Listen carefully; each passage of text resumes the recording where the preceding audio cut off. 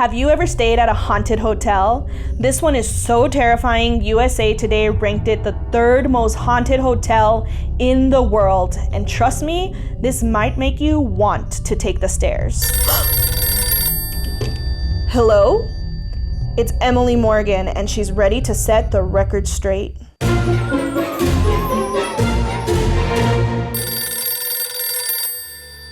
Hey Ghoster Squad, welcome back to our spooky oasis. I'm Mandy Spooks and I live my best spooky life so that you can too. Every Sunday we enter the haunted line, uncovering ghost stories, urban legends, and the spooky origins behind the things we love and fear the most. And today's episode, it's personal. Recently, I shared the ghost story that haunted my childhood of El Paso High School. And I had so much fun taking you back to my hometown, I thought, why stop there? So I decided to revisit each city I've called home, starting with the most popular ghost story I heard while living there. Because if you've ever moved to a new place, you know the local legends always find you. And today, we're heading to San Antonio. I lived there for 4 years during college, and out of all the ghost stories floating around town, one haunted hotel came up the most, the Emily Morgan Hotel. If you've ever been downtown near the Alamo, you've probably seen it. That tall Gothic building with stone gargoyles perched on top watching. They're always my favorite thing to stare at while visiting the Riverwalk. The Gothic skyscraper is now a luxury Hilton brand hotel, but behind the elegant suites and spa robes lurks something much darker. So grab your spooky mug and get cozy if you dare. First, we're digging into the creepy history of how this haunted hotel came to be, and then we'll summon all the ghosts that still haunt its halls today.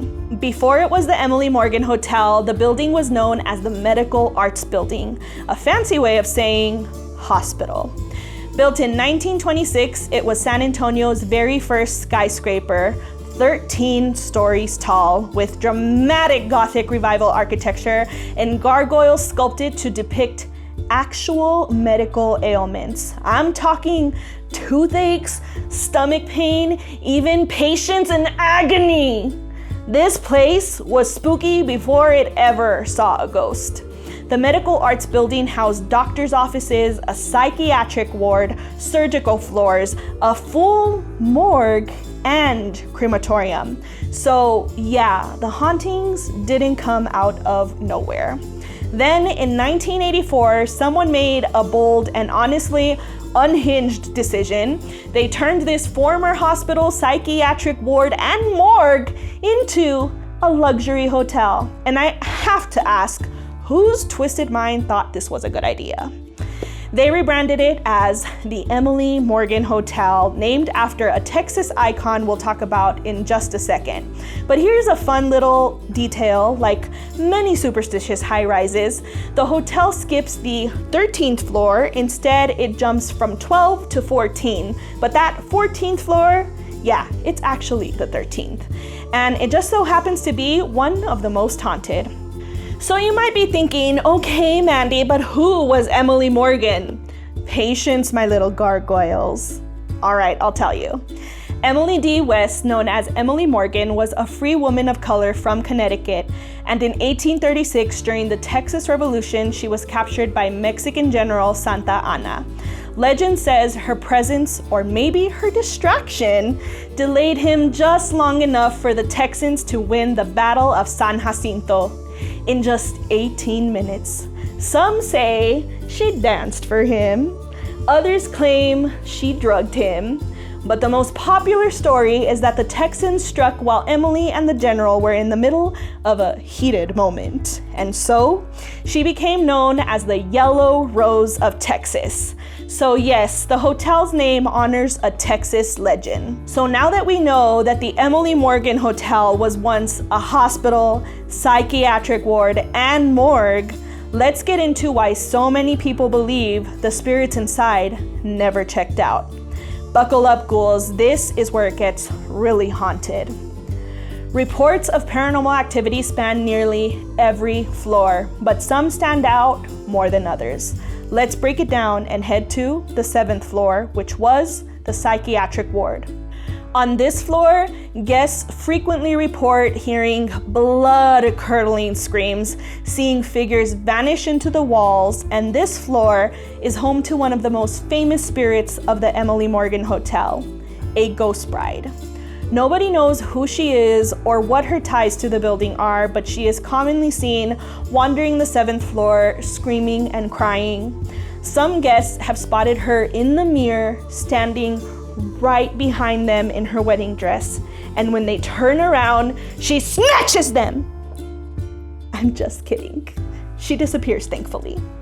It's said that she sometimes shrieks so loud in the middle of the night she wakes up guests, and the hotel staff will admit they're sorry, but they believe it's from a ghost. Many guests are unable to stay the entire night and will leave right in the middle of the night. And then we have the 9th floor, which used to be the surgical suites. There are reports of faucets turning on and off by themselves, lights flickering, and guests feeling cold drafts brushing past them like if someone's right there. And that brings us to the most haunted floor, the 14th floor, of course, because, well, it's the 13th floor. This floor was once the waiting and recovery room. Most guests agree that the floor immediately has that antiseptic hospital smell. Some report when they walk in, they actually see a full hospital waiting room, and when they close their eyes or look away, it's back to normal. And that brings us to what I personally think would be the creepiest area, the basement. The basement was once the morgue and crematorium.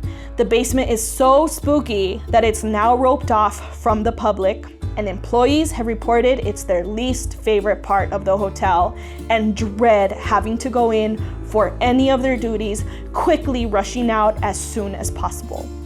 It's reported that the morgue saw hundreds of bodies, and employees have seen glowing orbs in the air and hear disembodied voices, and worst of all, can smell the scent of human flesh burning.